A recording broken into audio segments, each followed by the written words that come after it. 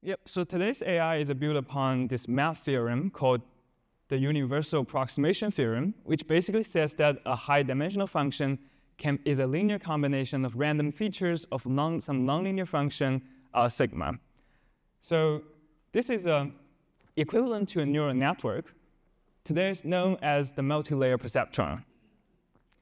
So are there any alternatives? Are there any alternative math foundation? And correspondingly, we can build another AI skyscraper based on this new math foundation. And the answer is yes, we can. And that theorem is called Kolmogorov-Arnold representation theorem. And we'll see how we can use this as a building block to build another AI world. So here's the KA representation theorem, or short as CART. Don't worry about this complicated formula. Basically, this formula tells us you can decompose a high-dimensional function into a bunch of 1D functions plus summing. So this is like extreme great news for approximating high-dimensional functions, hence machine learning, because machine learning data sets are usually very high-dimensional. You can basically decompose something complicated into something simple. So that gives us a lot of promise.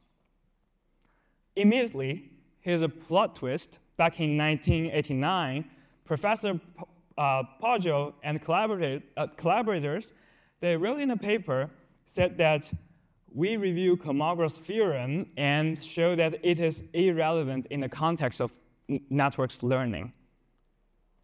So that basically sentenced the theorem to death. For years, in the context of machine learning, that's like the final nail in the coffin, end of the story, and that's the end of my talk. Thank you very much. So I'm just kidding. So let's take a look why they say the theorem is irrelevant. So the key here is that they allow the 1D functions to be continuous, but not necessarily smooth. But in practice, what we care about and what's practically learnable are only smooth functions. Although their argument is mathematically sound, I'm trained as a physicist. Also, Max was trained a physicist. So our level of rigor is lower than mathematicians. So we were more naively optimistic about the usage of this theorem. So firstly, empirically, maybe we don't care about exact representations. Approximate ones may suffice in practice. Secondly, a common wisdom of modern deep learning is going deeper. Even under the smooth constraint, deeper nets can be more expressive, and that might be enough. And lastly, the can-do spirit. Let's just do it and see how it works. CANs may not work in the worst cases, but may work for typical cases, and that might be enough. So with the can-do spirit, we extend the original representation theorem and propose this new architecture called CAN, Kolmogorov-Arnold networks. A CAN is nothing but just a parameterization of the representation. But what's more, but beyond that, we notice that the original representation is just a two-layer network from which we can easily define the so-called CAN layer. And this network is basically a stack of two CAN layers. By defining the CAN layer as the basic building block, we can make the network deeper and deeper. That is the original two-layer. We can easily stack 3-layer, 4-layer, 5-layer, as deep as you want. Now, so what? So we have CANs. Firstly, CANs are accurate with faster scaling laws. We care about scaling laws in large models because the scaling laws give us the promise how much performance improvement you would get from scaling up your model, data, or compute. And CANs are particularly promising because it tells us how to decompose a high-dimensional functions, again, into 1D functions. So your scaling law is as good as approximating 1D functions, which we know mathematically how to approximate these 1D functions.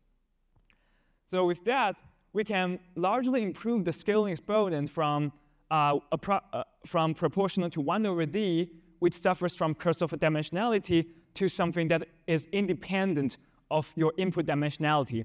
the dimensionality is always 1 because of the representation theorem. And based on some simple examples, we show that we can indeed empirically with CAN to achieve this theoretically scaling. But again, the caveat is that calling back to the 1989 paper, we may not always have the exact representations, but sometimes we only have approximate representations, but that's still promising. But still, the decomposition idea is still promising, like how you decompose a high-dimensional thing into low-dimensional thing, and you deal with that in the low-dimensional space.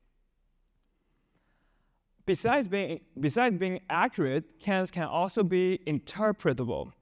You can train the CAN, you can sparsify it, you can prune it, you can symbolify it, all the way down to symbolic formulas.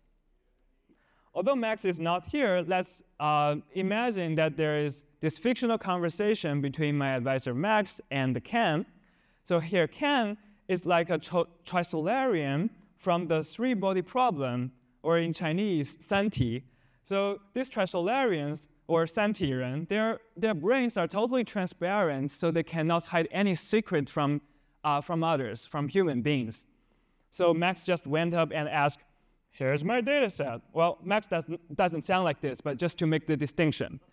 So Max went up and said, here's my data set. It contains the mystery of the universe. And the CAN went, I'm ready, Max. Here's my brain. And Max like, great, train your brain. Done. It looks like there's some redundancies in it. Prune it. Done. Can you further symbolify it? Yes, I can.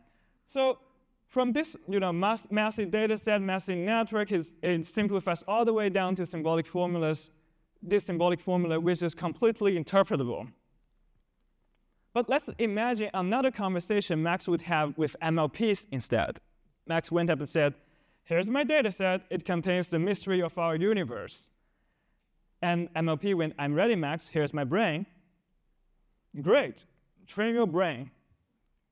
Done. Did you really train it? It looks as messy as before. But MLP went, I really trained it. The loss is pretty low. It's just the connections are really complicated. So now Max got confused. What's going on? So MLP went like, you stupid humans can just not understand the way I do the computation. So from a philosophical aspect, there's a distinction between CAN and MLP. CANs is like clockwork. Pieces are customized, like you have those learnable activations, and those pieces have clear purposes. It's easy to tear them apart and reassemble.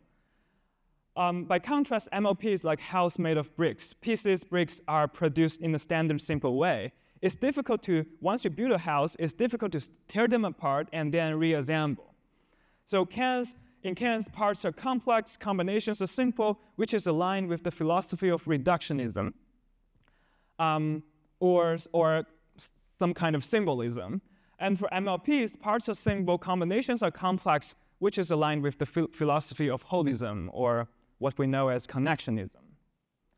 So the complexity of CANs coming from the complexity of individual parts, but they are nevertheless interpretable because they have clear purposes.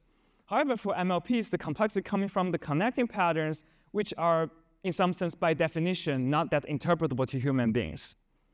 So given the good properties of CANs, what's next? So for me, I would love to see, we can use interpretable AI tools, apply it to attack fundamental science problems like high TC, superconducting, nuclear fusion, millennium problems. But CANs also have the potential to solve real-life applications like language vision models, weather forecasting, healthcare. So with that, I'm looking forward to a bright future full of many new scientific discoveries enabled by interpretable AI, and I hope that we can contribute to that future together. Thank you so much for your attention.